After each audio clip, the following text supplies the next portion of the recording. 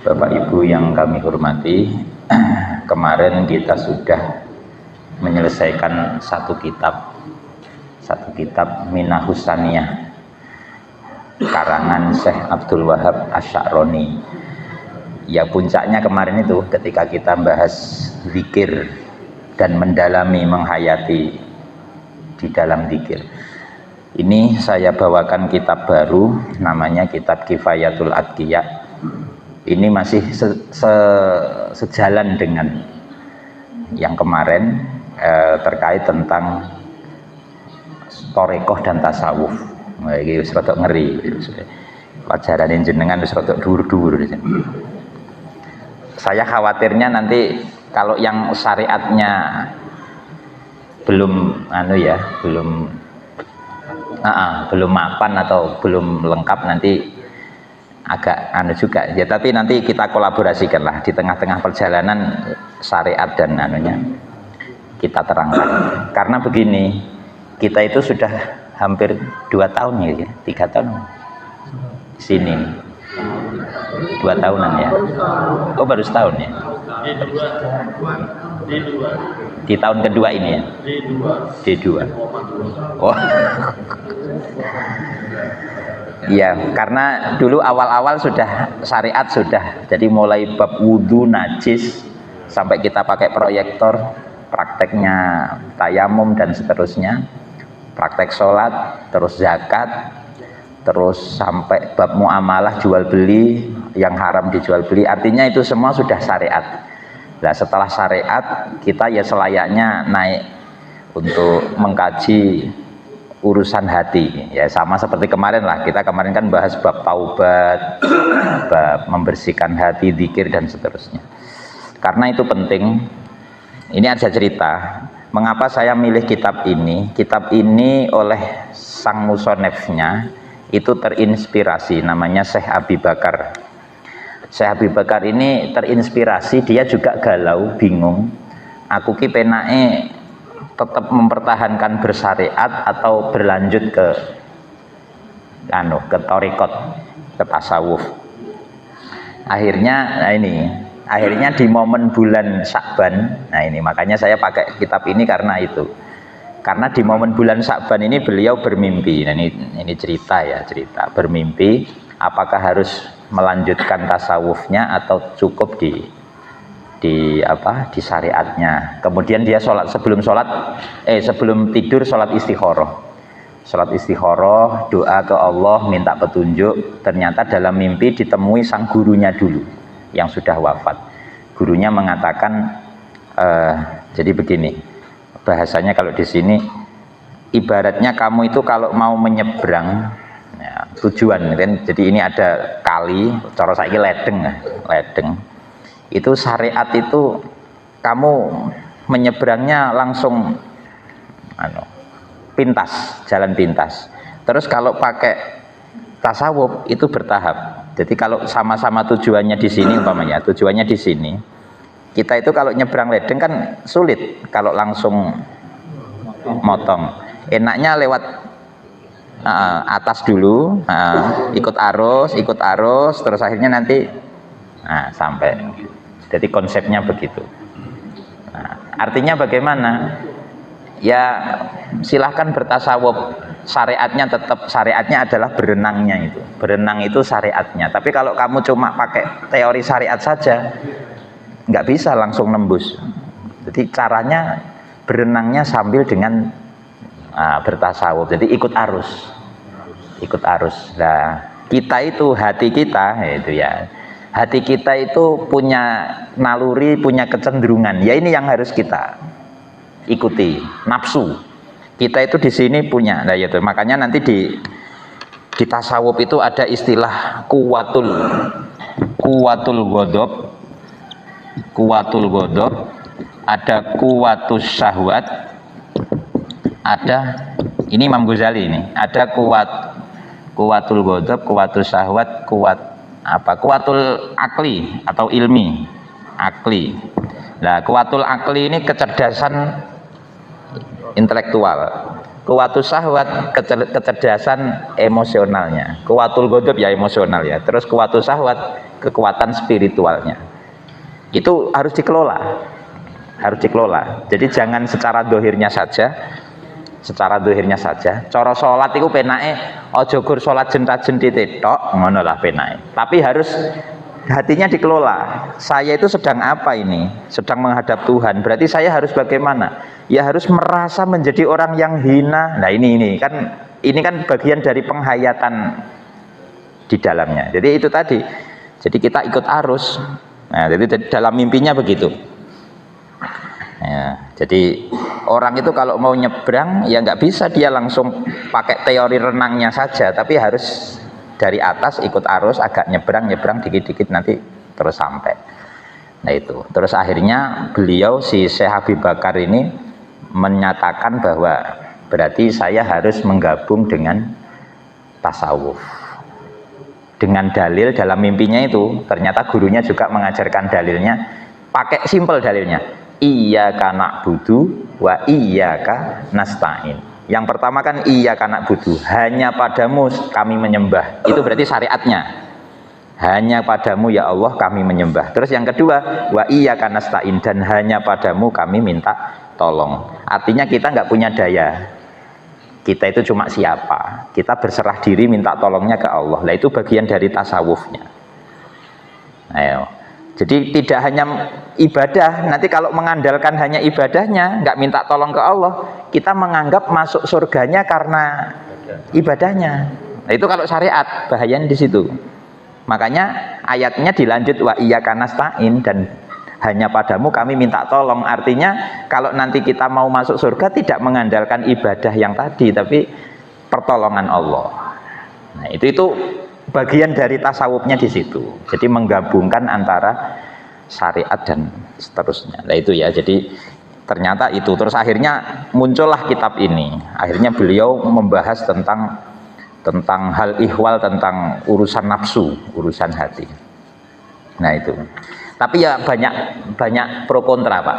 Ini tak bacakan yang orang yang nggak percaya dengan tasawuf ya. Saya yang agak mangkel itu ya bukannya mangkel ya. Jadi orang-orang yang nggak percaya tasawuf itu mengkambing hitamkan Imam Syafi'i. Dia menganggap Imam Syafi'i itu mengatakan ini katanya begini, Imam Syafi'i itu pernah mengatakan asasut tasawuf al-kaslu. Dasar tasawuf itu adalah males. Bahasa itu dianggap itu bahasanya Imam Syafi'i. Jadi Imam Syafi'i ra roh apa-apa iki difitnah tahu ngomong asasut tasawuf al-kaslu, dasare tasawuf itu males. Ya mesakne sekali ya. Padahal semua ulama itu salah satu pembahasan fikihnya, yang fikihnya cenderung ke tasawuf itu salah satunya Imam Syafi'i. Jadi tidak murni syariat, enggak, di dalamnya tetap ada nuansa-nuansa tasawuf. Contoh dalam nikah itu satu-satunya imam yang ketat dalam syaratnya, rukunnya itu Imam Syafi'i. Sampai harus dapat ridho orang tua, sampai orang tua kalau menikahkan nggak kufu dan seterusnya. Itu kan urusan ridho kan sakjane wis udah urusan udah urusan syariat, udah urusan fikih. Tapi dibahas sampai dibahas, jadi tidak ada permusuhan antara suami dan calon mertuanya dan seterusnya. Jadi ini bagian-bagian dari tasawufnya. Nah itu dah ya, jadi begitu. Terus ada lagi yang mengatakan ini, orang-orang yang tidak percaya tasawuf, la yakunu as-sufi sufiyan hatta yakuna fihi arba'u hisolin. Jadi orang sufi itu tidak akan bisa menjadi sufi kecuali dia dapat 4 hal. Apa itu yang dia dapat? Kasulun, pemalas. Akulun, banyak makan. Saumun, tercela. Terus kasirul fuduli, banyak berlebih-lebihan. Jadi lek ngenyek wong tasawuf sampai ngono kuwi. Wis pemalas, banyak berlebih-lebihan. Ayo banyak makan dan seterusnya. Tapi ternyata ya dipikir rada iya. Dipikir rada iya, Pak. Wong lek kekencengan wiritan kadang yo males kerja. Iki sing dadi penyakit.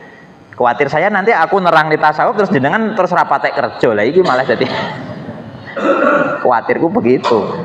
Padahal nanti kalau di tasawuf wong iku lek wis justru mulai menginjak tasawuf justru wajib ngelakoni sebab. Kalau masih makomnya makom sebab. Sebab itu artinya mencari usaha. Jadi orang ngenteni duit teko. Lek wali kan langsung pling ngono iso duit teko lek wali. Lek makom sebab ya harus proses. Termasuk kemarin kita pakai kitab Minahusaniyah kan yang ngono. Sebelum kita lanjut ke dzikir itu kan sebelumnya harus kasbul halal. Kerja mencari barang halal. Iku wajib. Jadi lek malah menenge ora kerja malah diseneni karo tasawuf. Imam Sayyidina Umar ya. Sayyidina Umar itu malah pernah marah dengan salah satu sahabat gara-gara nggak kerja. Hanya doa-doa aja. Jadi kata Sayyidina Umar, emas itu tidak akan turun dari langit seperti hujan dengan kamu berdoa. Kerja. Dimarah sama Sayyidina Umar. Kerja. Emas itu tidak akan turun seperti hujan gara-gara kamu berdoa. Kerja. Nah itu. Jadi artinya ya secara makom kasab ya kita bekerja. Tetap justru begitu, karena dalam tasawuf ada istilah Allah itu punya status musabbibul asbab. Allah itu maha pemberi sebab. Jadi kita itu ya harus pakai sebab dulu. Ora iso moro-moro pinter.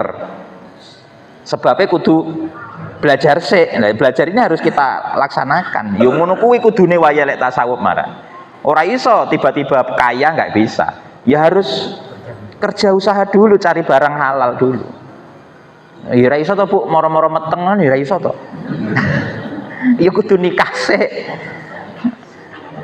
Ya kayak Siti Maryam itu kan sudah wis iya sendonya gur kuwi tok, sitok kuwi tok. Nah, itu ya, jadi di dunia hanya satu itu. Nah, itu untuk menunjukkan artinya bagaimana? Artinya nikah dan kumpul istri itu sebagian dari sebab saja. Karena Allah itu bisa melakukan sesuatu tanpa sebab, tapi kan jarang. Semua, makanya dalam tasawuf yang jarang itu al-qalilu kal adam, yang sedikit itu ya kayak nggak ada, maka langsung mereka menghukumi Allah itu maha musabbibul asbab, zat yang memberi sebab. Jadi Allah itu arep apa-apa ya pakai sebab. Ya kayak sholat, ini adalah menjadi sebab ridhone Allah. Jadi nggak iso Allah tiba-tiba ridho. Ya ada sebabnya dulu. Allah menyuruh soleh, kita berusaha soleh. Allah menyuruh takwa, kita berusaha takwa. Ini bagian dari sebab semua. Nah itu yang harus kita lakukan. Dan itu jadi penting. Artinya kalau ada pendapat-pendapat makalah seperti ini ya itu orang benci gitu aja. Artinya ya kita harus introspeksi. Kok jojo kok aku jadi tasawuf malah koyok ngono. Tuh kadung terlalu fokus ngaji, akhirnya terus males kerja. Ini memang bagian dari penyakit. Makanya kalau orang yang sangat benci tasawuf akhirnya ya begitu. Kita dilihat celahnya, aibnya, kita dilihat aibnya. Nah itu. Padahal sebenarnya bukan begitu. Wis padha lah wong sing pegel Islam, ojo dadi Islam nyapa teroris. Kan begitu. Karena mereka mencari celah aibnya. Padahal ya sakjane malah ra oleh. Kita sendiri sebagai Islam juga punya keyakinan ya ra oleh dadi teroris. Kanjeng Nabi yang genah-genah dimusuhi orang kafir aja pengen orang kafirnya mati dalam keadaan Islam kok. Malah ini belum Islam malah dibom dipateni. Kan ya malah bertentangan karo tujuan Nabi. Tujuannya Nabi ki pokoknya wong Islam kabeh.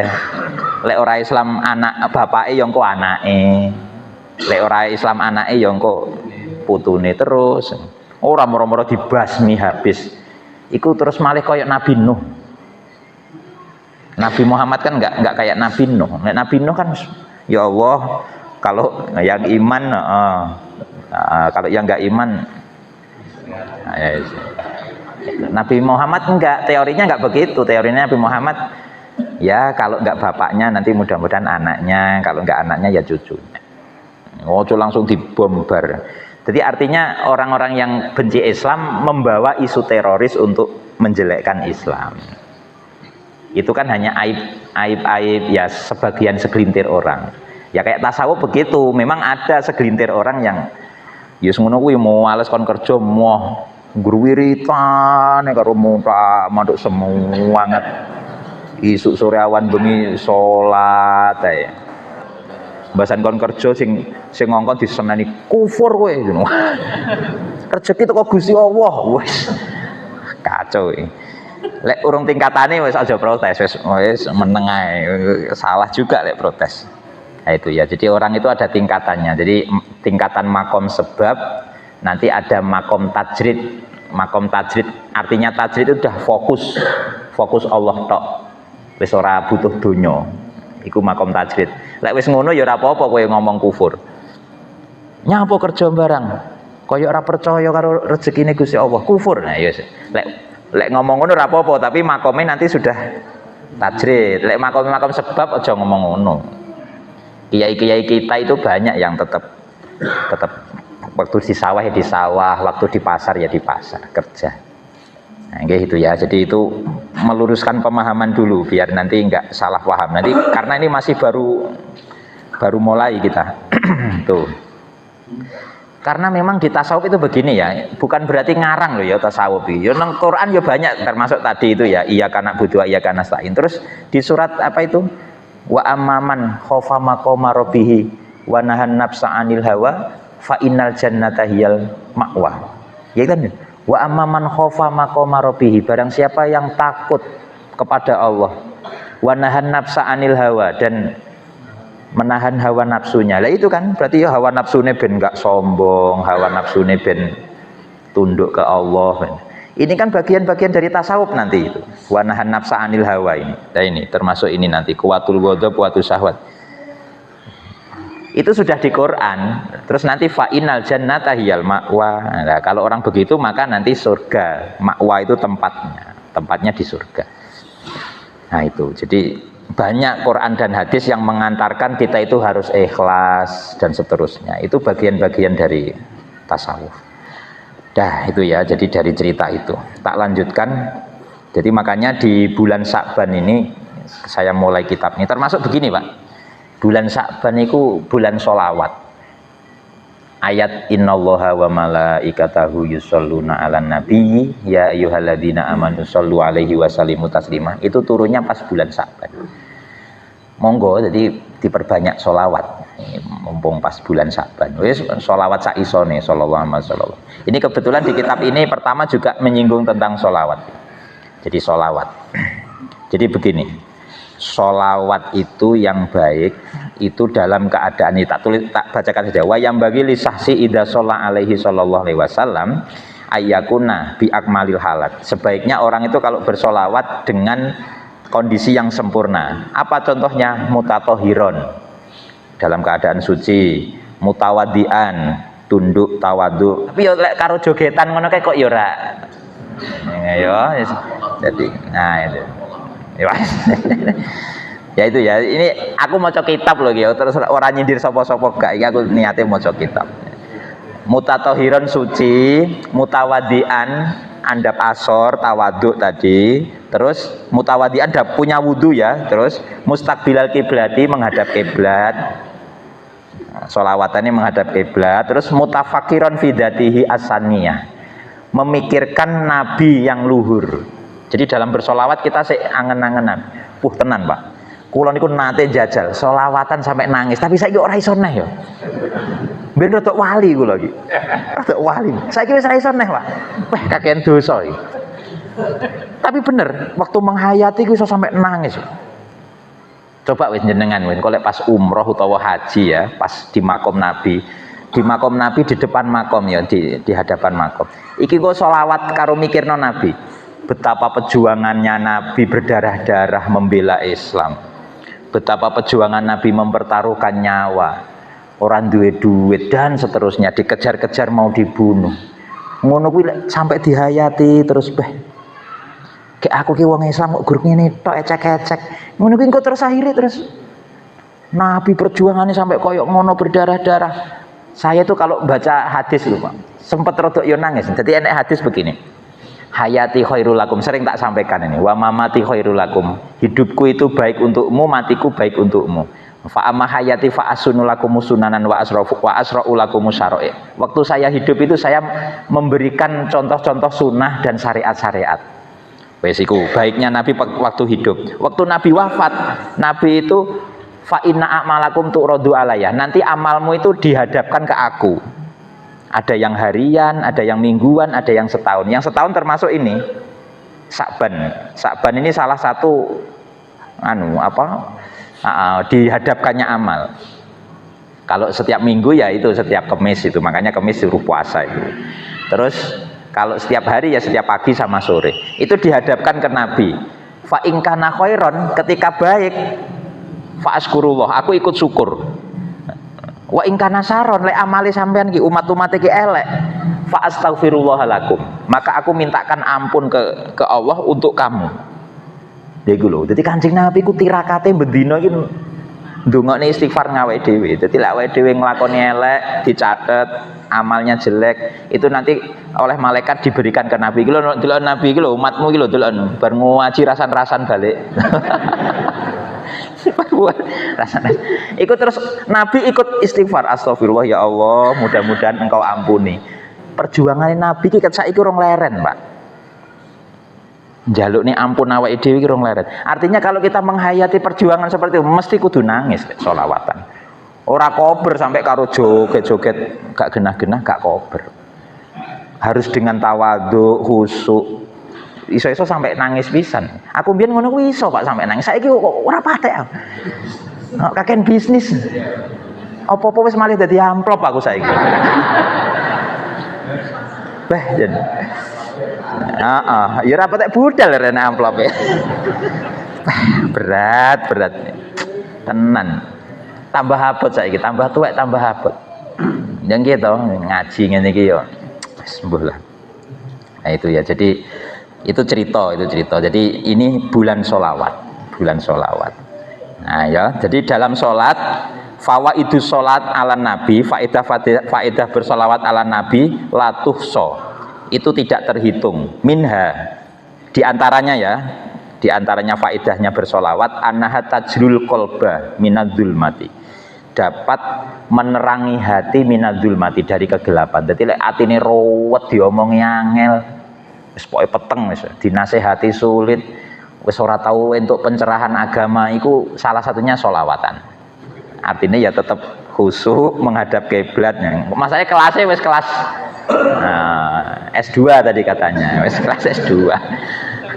Tetap ada baiknya. Tapi kalau kita ya mulailah dengan khusyuk menghayati itu ya.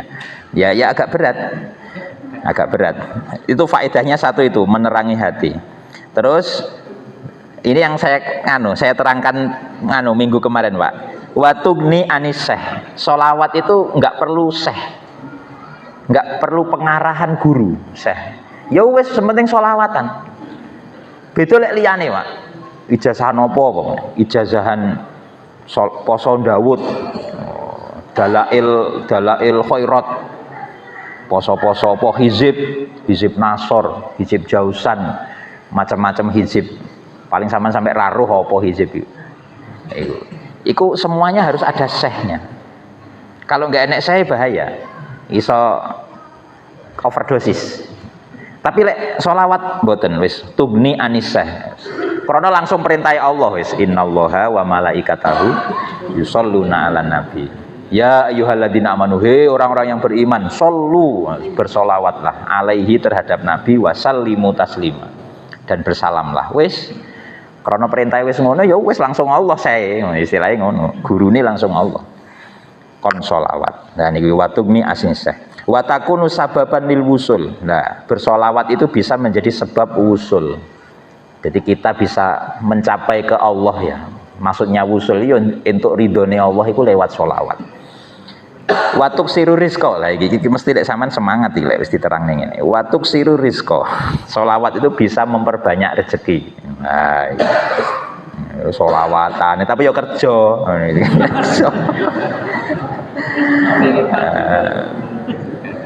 Iya tetap, tapi sambil sholawat tetap. Jadi secara dohir syariatnya jalan, secara batin jalan. Wa anna man aksara minha harramallahu jasadahu 'alan niron. Lah ini loh. Dan orang yang memperbanyak sholawat oleh Allah jasadnya diharamkan dari api neraka. Oh ini, jadi wis top gitu Pak. Jadi man sholla alaika asron sallallahu alaihi biha mi'atan. Nah ini kata Jibril. Ya Nabi, barang siapa yang bersolawat kepadamu 10 kali, maka Allah akan membalasnya 100 kali. Wa man sholla alaika mi'atan, yang bersolawat 100 kali, sallallahu alaihi biha alfan, dibalas oleh Allah 1000 kali.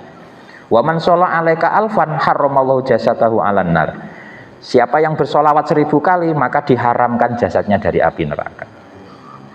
Wah, itu ya solawat. Ya aja solawat ya. Sallallahu Muhammad sallallahu. Ya terserah lah. Saya itu pernah diijazahi solawat. Ini tak ijazahin jenengan juga. Tapi pas ijazah itu Mbah Yai tidak menerangkan anunya, tidak menerangkan fadilahnya. Pokoknya ya setelah salam sholat itu kakinya jangan berubah dulu. Solawat sebanyak-banyaknya, nah, minimal 3 kali lah. Jadi solawat. Jadi pas salam, assalamualaikum, belum berubah kakinya. Itu solawat. Kata Mbah Yai saya, nanti kamu akan menemukan sendiri faedahnya. Yang penting istiqomah. Gue minta rasa nih opo faedah. Nah itu. Terus akhirnya malah ngira-ngira saiki. Opo karena dulu sukses itu apa karena itu sukses itu. Tapi ya wis pokoknya ora usah mengada-ngada, yang penting sholawatan. Artinya kita bersolawat krono perintah Allah gitu aja tadi. Ya ayyuhalladzina amanu shollu alaihi wasallimu taslima. Ojo malih terus krono ben sugih, malih ra ikhlas engko. Malih ra ikhlas. Itu hanya faedahnya begitu, tapi itu bukan tujuan kita gitu loh. Tujuan kita tetap lillahi ta'ala karena Allah sing perintah. Itu hanya faedahnya begitu. Monggo. Katanya kalau sholawat itu walaupun niatnya nggak ikhlas, katanya masih tetap dapat pahala. Apa itu? Bagus. Nggih. Sholawatnya tetap dapat pahala, cuma yo pahala ikhlasnya nggak dapat. Jadi ada pahala ikhlasnya, ada pahala sholawatnya. Ya wes, pokoknya sholawat. Nanti ibadah kita itu akan lurus sendiri. Ikhlasnya sambil berjalan. Ya podo lah. Kita sholat dari kecil apa krono ikhlas sih. Wedi karo bapake. Apa terus nggak dapat pahala? Ya tetap dapat, cuma pahalanya nanti ada pahala ibadahnya, ada pahala ikhlasnya sendiri. Jadi dengan itu pernah loh dulu kita bahas pas di ya kayaknya masjid belakang PLN ini apa ini? Al-Ikhlas itu pernah kayaknya. Jadi orang pamer riak, orang ibadahnya karena pamer itu ya tidak langsung nggak dapat pahala enggak. Ya masih diukur pamernya seberapa besar. Nah, tetap. Jadi artinya malaikat itu proporsional. Artinya usahanya kita untuk ibadah ya tetap ada nilainya. Meskipun kok ya terus riyae ya enek nole, enek nilai merahnya. Tapi tetap usaha amalnya tetap ada nilainya. Terus, saya pernah ikut pengajian dari suatu tempat mengatakan bahwa kalau sholawat rame-rame itu pahalanya itu malaikat nggak bisa hitung. Oh iya. Hujan yang turun di bumi malaikat bisa hitung. Ya. Gimana Gus? Ya bener. Oke. Ya kayak yang kemarin yang kita di Minahusani yang terakhir kemarin, sebaiknya zikir itu dilakukan bersama-sama memang. Karena ketika kita pas lelah, pikirannya nggak konsentrasi, tapi tetap kita masih dengar samping-samping kita untuk kalau dikitnya sholawat ya sholawat, akhirnya kita masih tetap bisa ikut arus, ikut suasana, hanyut dalam suasana zikir itu yang akhirnya kalau zikir bareng-bareng itu lebih baik. Kalau sendiri kan enggak, jenengan dewe lek wis mulai rodok kesel meneng ya wis turu paling. Artinya enggak terbawa suasana zikirnya, tapi lek bareng-bareng ya kayak teman saya yang saya ceritakan jenengan itu, sampai dia itu enggak kuat Pak ngomong la ilaha illallah sampai enggak kuat. Jadi ketika satu masjid dzikir la ilaha illallah, dia ikut nggih, nggih, nggih.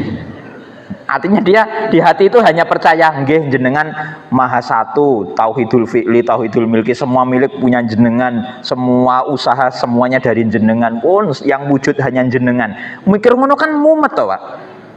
Sing gare lara Allah, sing gare sakit Allah, sing gare sehat Allah, sing gare pinter Allah. Mikirnya ini kan keju. Tapi ketika satu masjid kabeh la ilaha illallah terus kita menghayati suwi-suwi terus nggih, nggih, nggih. Aku orang nyarankan sampean wiritan ngono gak iki gur nyeritakne kancaku iki sampai hanyut dalam suasana zikir iki sampai ngono kuwi. Itu sudah bagus. Itu sudah bagus karena memang kemarin kan juga begitu kan.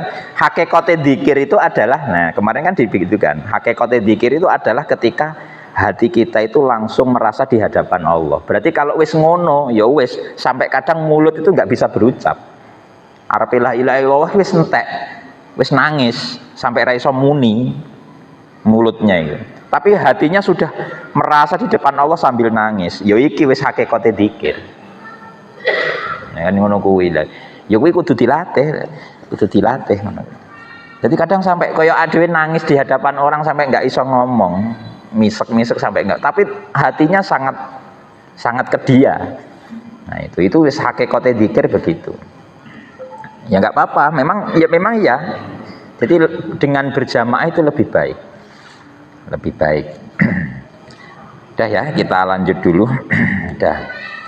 Sekarang kita bahas nah itu tadi antara syariat, thariqat, hakikat. Jadi begini, syariat itu adalah aturan. Syariat itu aturan. Pelaksanaannya namanya thariqah. Thariqah itu pelaksanaannya. Terus hakikat itu penghayatannya. Wis ngono ae wis lah, ditulis simpel kok. Jadi syariat itu aturan-aturannya. Kalau wudu berarti ya rukun, syarat yang membatalkan ini, ya itu semua sunah-sunahnya ini itu aturan-aturan. Terus kita melaksanakan. Ya ini bagian dari thariqah. Thariqah kan artinya jalan, prosesnya. Proses melakukan hukum tadi, syarat rukun. Terus setelah itulah nanti penghayatan di hatinya. Inna sholati wa nusuki wa mahyaya wa mamati lillah. Wis pokoke iki uripku, matiku, ibadahku semua Allah. Aku iki gur sapa? Wis pokoke merendah di hadapan Allah. Penghayatan seperti ini nih bagian dari hakikatnya.